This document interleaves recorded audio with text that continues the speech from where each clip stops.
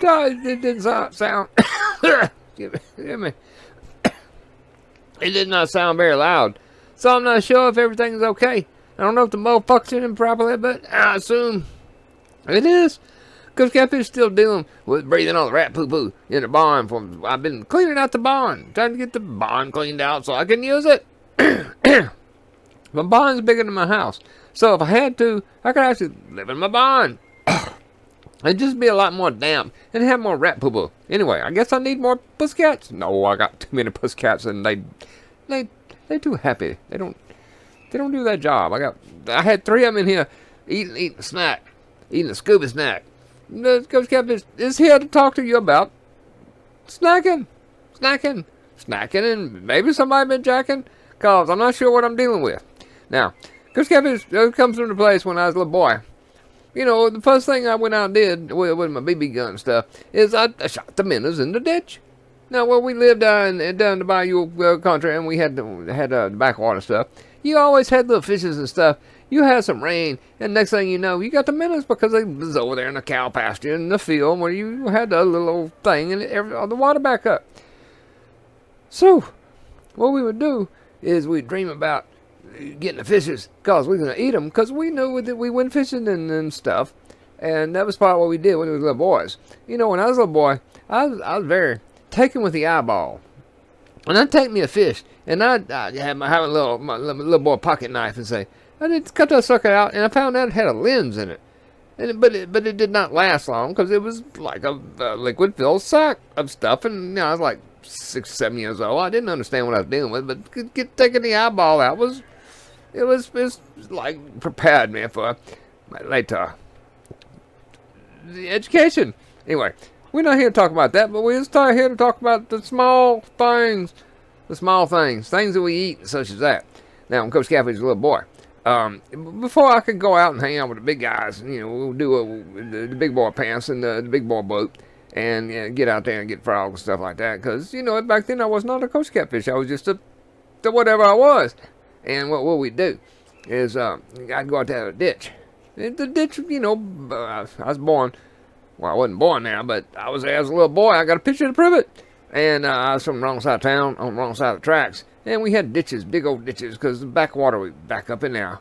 And the Coach Catfish would go out there and take me a piece of salt pork, hog jowl, salt pork, put it on a string, throw it out there, and before you know it, I'd get that sucker. I'd come home, have me a whole gallon full of them crawdads. And what I'd do, because I did not understand, as a boy, and you know, I'd had dealt with violent things as a child, and what I'd do, because I did not understand different, and Granny didn't tell me different really, was I'd just take them suckers and just cut the tail off. You know, the meaty part. And goodness gracious, them suckers would walk around for a while. And it was not entertaining, it's just something I learned about. I didn't understand. You know, it's best to cook the crawdad, you know, whole like it does. You drop it in the water, and before you know it, his eyeballs pop out, and they'll roll up on the top. And that's what would happen at 335. Anyway, we sort of here to talk about that, because that's just life experience down in the people I grew up with. Kind of stuff we did. It doesn't stop there. Anyway, well, Coach Catfish had today, and I had covered this topic at one time. And, you know, I've shown you my cooking. I cook. I'm not a fine chef, but I can cook some redneck food. I can make you have some greens and cornbread stuff. Make you want to slap your granny. And no, just slap your own self. You do not slap your granny. If you are, you're a bad person. They have plans for things like that. But what we hit today? 413. There was a 413. I think it was a Dodge. I dodged this. I should dodge it, but I can't because Coach Catfish likes to eat fish. I mean, after all, my Monica, which you have not seen, but you're going to see it soon, this do with fish, so I like to fish and stuff. Anyway, Coach Catfish is not a conspiracy theorist, but I got ideas about things, and I connect dots. And, you know, back in the day, when I go out fishing, and I start getting me some bait. Because I was not the master of the baits, but I knew where to get the master of the baits, which would be the little fish, them little tiny fish. You know, little tiny fish. And then as I got older, you know, I get the tiny fish from a little store.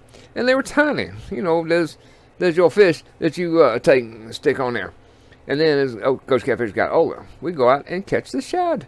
We go out and take our seine nets, our insane net. Because we're insane, we go out there and seine them suckers and come up with pounds and pounds of shad. And then the fish is like a dat and dat and dat. And we would put them on our various things. We put out trot lines. Or put them on their yo-yos, and you know, the big bass, they like them suckers.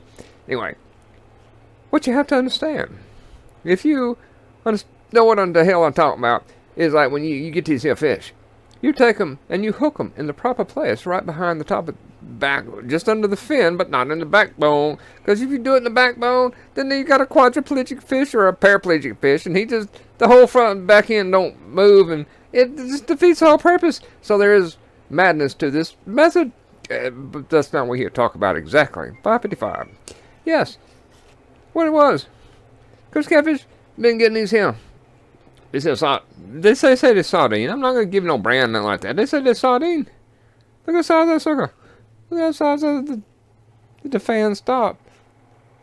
Look at the size of that sucker. Now, Coach Catfish has got larger fish in my little pond. And actually, the fish I bought from the bait store, and there's this size. Now you tell me. I mean, I will not deny they are good. Num, num, num, num, num. I like them wherever they come from. But when I look at the size of these suckers, I do the best I can to show you. When I look at the size, I think somebody done robbed them bait stand, and they can these suckers, and they feed them to us. Which is okay because, you know, small fish is small fish. And they do have the scales. So they are kosher fish. But anyway, I just thought it was interesting. We got these small fish, these tiny things. And they say, you know, we go out to the sea and catch them. And I'm thinking, no, you catch them at your local bait shop. Anyway, here comes Catfish just saying, there's fish here. There's fish here. I got two brands. I got the mustard. I'm sorry, Pussycat. Pussycat don't. She say, I want some of that Coach Catfish, and then she look at it and smell it. No. I got the mustard, and I got the Louisiana Red Hot. Louisiana Red Hot seems to like break down the fish body a little bit more. Anyway, it's not a conspiracy. I'm just making a connection. This is a very tiny. It's so tiny, it's hard to get it on the fork. Coach Catfish, out of here. It's not a conspiracy.